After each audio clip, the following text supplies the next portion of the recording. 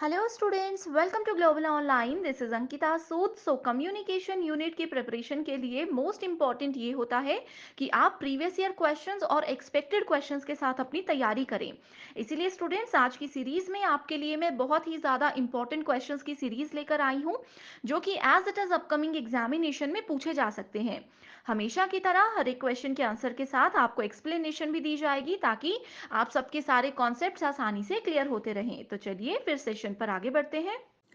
Paper 1 के best preparation के लिए कंप्लीट कोर्स में लेकर आई हूं, जो कि स्टूडेंट्स एग्जामिनेशन के difficulty level and previous examinations को बहुत अच्छे से एनालाइज करने के बाद बनाया गया है। इसमें डेली लाइव लेक्चर्स के साथ आपका पूरा सिलेबस कवर तो हो ही जाएगा, साथ ही आप लोगों को हम topic wise MCQs and PYQs भी प्रैक्टिस करवाते हैं, ताकि आपको ये पता लगता रहे कि जो आप पढ़ रहे हो उसमें से कैसे क्वेश्चन एग्जामिनेशन में पूछे जाते हैं। मॉक टेस्ट अवेलेबल है एंड बहुत ही ज्यादा इंपॉर्टेंट है ये 5000 प्लस एमसीक्यू क्वेश्चन बैंक, जिसमें हर एक यूनिट वाइज क्वेश्चंस आपको मिल जाएंगे। इसके बाहर से कुछ भी एग्जाम में नहीं आता है, तो ये बहुत इंपॉर्टेंट हो जाता है कि आप एग्जाम से पहले एटलीस्ट 2 से 3 बार ये क्वेश्चंस को प्रैक्टिस कीजिए। न्यू बैच हमारा अपकमिंग मंडे से स्टार्ट होने वाला है, तो आप इसको ज्वाइन कर सकते हो। एंड फ्री वीडियोस को देखने के लिए ग्लोबल ऑनलाइन ऐप को जरूर डाउनलोड कीजिए। स्टोर सेक्शन पर सर्च बार में लिखिए कोर्स का नाम। जैसे ही आप कंटेंट पर जाते हो, आपके सामने कुछ फ्री वीडियोस आ जाएंगी, मेरे सेपरेट कंप्लीट कोर्सेज आ जाएंगे, जिसके लिए जो कि एग्जाम के लिए काफी है। इसके बाहर से ना आपको कोई बुक लेने की जरूरत है, ना आपको कोई एक्स्ट्रा मॉक टेस्ट के लिए पे करने की जरूरत है। इस कोर्स के बाहर से कुछ भी एग्जाम में नहीं आता है। लास्ट ईयर भी बहुत से बच्चों ने सिर्फ इसी से पढ़ाई करके अपने एग्जामिनेशन को बहुत अच्छे स्कोर से क्वालिफाई किया था। पीवाईक्यूज आप देख सकते हो, पीडीएफ एंड वीडियो सॉल्यूशन आपको मिल जाते हैं। इसमें आपके स्टेट के साथ साथ बाकी के स्टेट्स के जो क्वेश्चन पेपर्स हैं वो भी आपको मिल जाएंगे, ताकि आप लोगों की बहुत अच्छे से प्रैक्टिस भी होती रहे।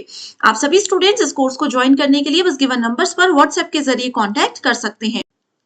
In the communication process, when the sender and receiver interchange their roles in respect of sending and receiving the message, it is called what? So simple सा क्वेश्चन है। देखिए इसमें कहा है, जब कम्युनिकेशन के दौरान एक सेंडर और रिसीवर, सेंडर कौन हुए? जो मैसेज डिलीवर कर रहे हैं। जैसे अभी सेंडर कौन है? मैं हूं। और आप सभी मेरे स्टूडेंट्स कौन हो? रिसीवर्स हो, ठीक है। एंड इसमें बोला है कम्युनिकेशन के दौरान जब सेंडर और रिसीवर अपने रोल्स इंटरचेंज करते हैं, यानी कि मेरे स्टूडेंट्स जब सेंडर बन जाएंगे और मैं जब उनकी बात को सुनूंगी, रिसीवर बन जाऊंगी, तो उसमें हम उस बात को क्या बोलते हैं? ये कौन सा मॉडल है? Universal model? नो।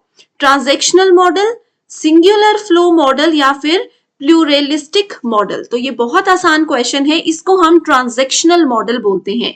अब देखिए, बैंक स्टेटमेंट्स और बैंक ट्रांजैक्शन आपने सुनी होगी ये टर्म, ठीक है। सो बैंक ट्रांजैक्शन क्या होती है? एक जगह से अगर हम अमाउंट ट्रांसफर कर रहे हैं, कहीं से रिसीव भी कर रहे हैं, फिर कहीं से ट्रांसफर कर रहे हैं, टू वे कम्युनिकेशन अगर चल रहा है, सेंडिंग और रिसीविंग दोनों चीजें अगर हो रही हैं, तो उसको ट्रांजैक्शन कहा जाता है। सिमिलरली कम्युनिकेशन में इसको ट्रांजैक्शनल मॉडल कहा जाता है। ओके, या फिर हम इस क्वेश्चन को ऐसे भी फ्रेम कर सकते थे एग्जाम में कि जब सेंडर रिसीवर बन जाते हैं और जब रिसीवर सेंडर बन जाते हैं, तो उसको क्या बोलते हैं? तो इसको हम फीडबैक भी बोल सकते हैं। Which of the following are the criteria for public service communication? Okay, so यहाँ पर सार्वजनिक सेवा संचार की बात की गई है। सिंपल से लैंग्वेज में हम इसको पब्लिक कम्युनिकेशन बोल सकते हैं। पर्सनल बायस यानी कि व्यक्तिगत पूर्वाग्रह।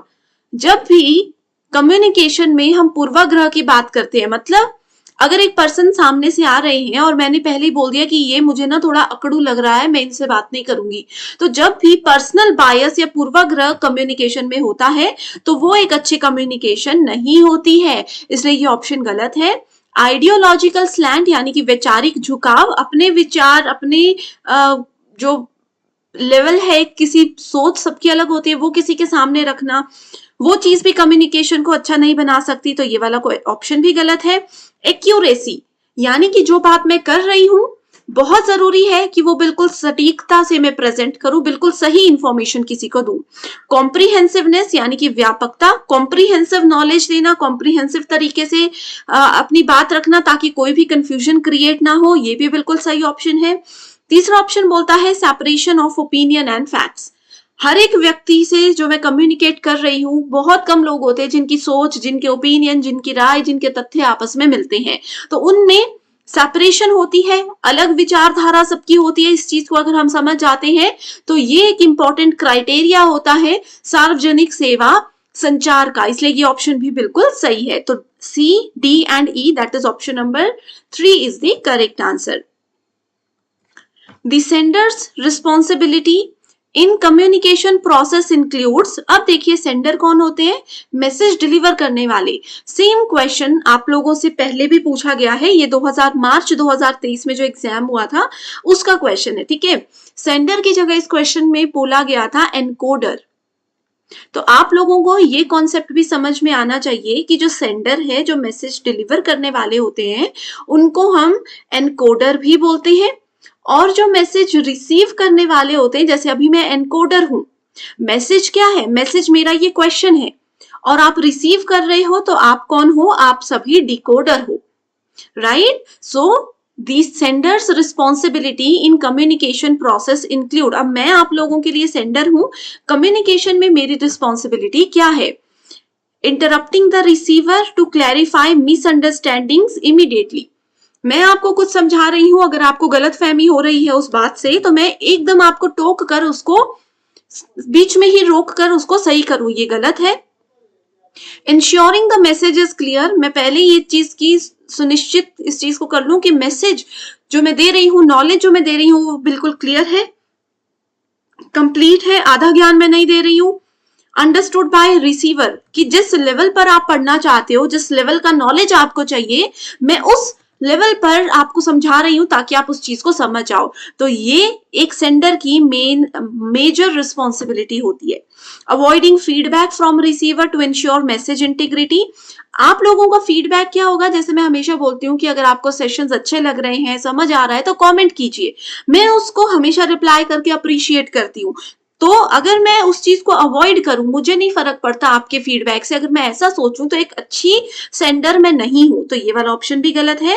Using technical jargon whenever possible to demonstrate expertise, मुझे आप लोगों से थोड़ा सा ज्यादा नॉलेज है, बहुत ज्यादा नहीं, बट इस फील्ड में हो सकता है थोड़ा ज्यादा है क्योंकि मैं बहुत समय से काम कर रही हूँ, लेकिन मैं कुछ ऐसी टेक्निकल टर्म्स इतना टफ लेवल पर आपको पढ़ाऊं कि आप समझो ही ना, तो ये भी गलत हो जाएगा, ठीक है। तो इसलिए सही ऑप्शन है ऑप्शन नंबर 2।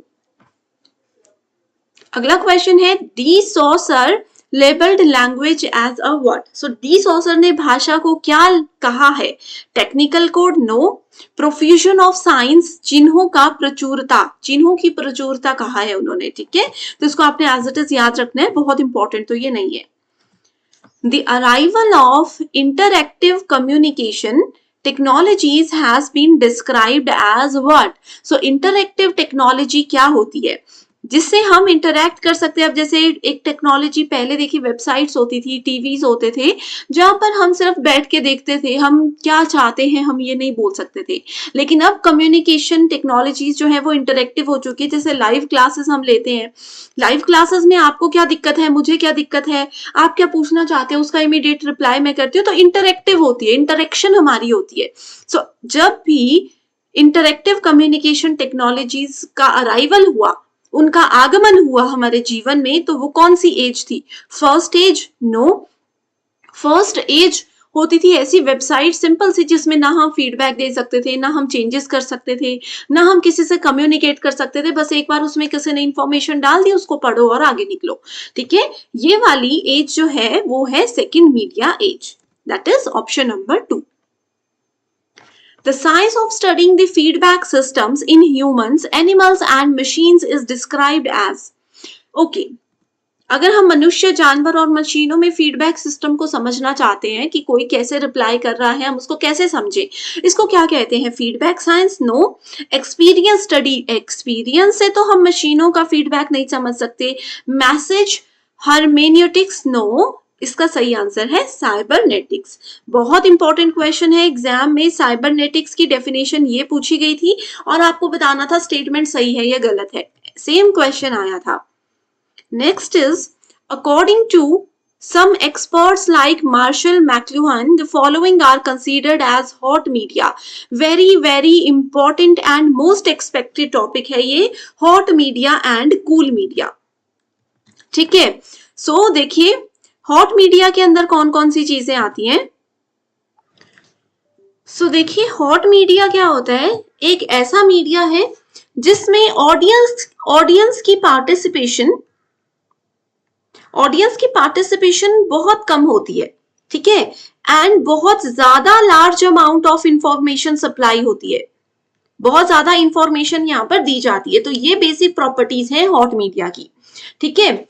इसमें हम क्या करते हैं, एक टाइम पे हमारी सिर्फ एक ही इंद्री, एक ही सेंस एक्टिव होती है, एंड कूल मीडिया इसका ऑपोजिट होता है। इसमें ऑडियंस की जो एक्टिविटी है, जो पार्टिसिपेशन है कूल मीडिया के अंदर, वो बहुत हाई रहती है, और लार्ज अमाउंट ऑफ इंफॉर्मेशन नहीं, small amount of information supply होता है। सो इस क्वेश्चन में पहले देख लेते हैं हम टेलीफोन। टेलीफोन हमारे पास क्या है? हॉट मीडिया नहीं है, टेलीफोन होता है कूल मीडिया, राइट। उसके बाद टेलीविजन भी हमारे पास कूल मीडिया है, रेडियो हमारे पास हॉट मीडिया होता है, सिनेमा भी हॉट मीडिया है, एंड प्रिंट भी हॉट मीडिया ही है। ओके, सो सही आंसर है सी, डी एंड ई ओनली। अब देखो कुछ लिस्ट आपके सामने और बताती हूँ, जैसे कि रेडियो आप लोगों ने पढ़ लिया, इसके बाद आपके लेक्चर्स होते हैं, ठीक है, फोटोज होती हैं, मूवीज किस कैटेगरी में आती? मूवीज, सिनेमा एक ही चीज हो गई। प्रिंट, ये सब क्या है? ये सब आपके हॉट मीडिया है। हॉट मीडिया की एक और प्रॉपर्टी है जिसमें मीडिया का फिक्स्ड शेड्यूल होता है।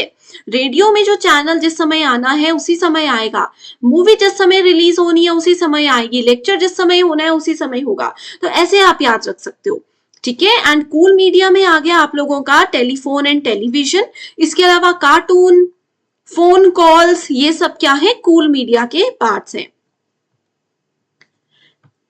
स्टेटमेंट 1 बोलती है internet itself is a network and also a model for cyber space relations. Okay, internet अपने आप में ही एक क्या है? बहुत बड़ा नेटवर्क है, ऐसा इसमें बोला जा रहा है। अब देखो स्टूडेंट्स, आप में से काफी बच्चों को पता भी होगा जिन्होंने आईसीटी मुझसे पढ़ा है, इंटरनेट का फुल फॉर्म क्या होता है?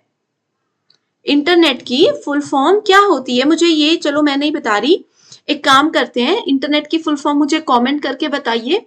अगर नहीं आती है तो जो टेलीग्राम ग्रुप मैंने बताया उसको ज्वाइन कर लीजिए, अंकिता सूद नाम से वो टेलीग्राम ग्रुप है, उसको ज्वाइन कर लीजिए। वहां पर एकदम से सेशन के बाद में इंटरनेट की फुल फॉर्म शेयर करती हूँ, ठीक है। Internet itself is a network and also model for cyber space relations. तो ये वाली स्टेटमेंट बिल्कुल गलत है।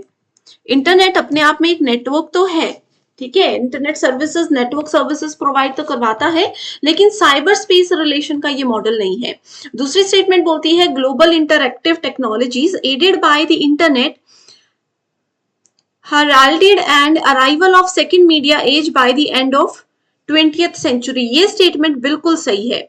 Second media age by the end of 20th century, ये वाली स्टेटमेंट बिल्कुल सही है। एज इट इज स्टेटमेंट को पढ़ लो, ठीक है। सेकेंड मीडिया एज की डेफिनेशन दी गई है। अगला question, in communication denotation is the level of what? So denotation यानी कि संकेतन का मतलब क्या होता है? सो देखिए, दो टर्म्स होती हैं, denotation and connotation.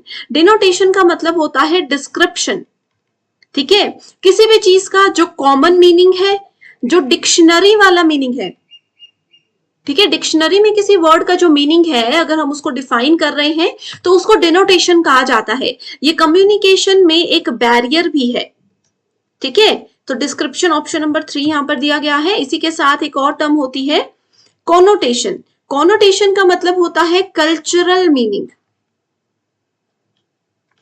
Cultural meaning यानी कि मान लीजिए मेरे कल्चर में किसी पर्टिकुलर टर्म को कुछ और बोला जाता है, हो सकता है आपके कल्चर में वो गाली हो या उसका कुछ नेगेटिव मीनिंग हो, तो इससे क्या हो सकता है, हम दो लोगों के बीच में लड़ाई हो सकती है, तो इसलिए इसको बैरियर ऑफ कम्युनिकेशन माना जाता है। Symbols provide meaning when used in a, ठीक है, ओके, जो सिंबल्स होते हैं जैसे साइंस और सिंबल्स हम कम्युनिकेशन में यूज करते हैं, प्रतीकों का यूज करते हैं, तो उनका अर्थ प्रदान करते हैं जब उनको प्रॉपर तरीके से यूज किया जाता है। तो सिंबल प्रोवाइड करवाते हैं मीनिंग जब उनको एक स्पेसिफिक कल्चरल कॉन्टेक्स्ट में यूज किया जाता है, एक विशिष्ट सांस्कृतिक संदर्भ में एक अच्छे तरीके से प्रेजेंट किया जाता है। स्टूडेंट्स, अगर ये सेशन पसंद आया है तो मुझे कमेंट करके जरूर बता दीजिए। एंड इसी के साथ फिर आज के सेशन को हम एंड करते हैं। मैं उम्मीद करती हूँ सारे क्वेश्चंस आपको समझ आ गए होंगे। So thank you so much and I wish you all the very best.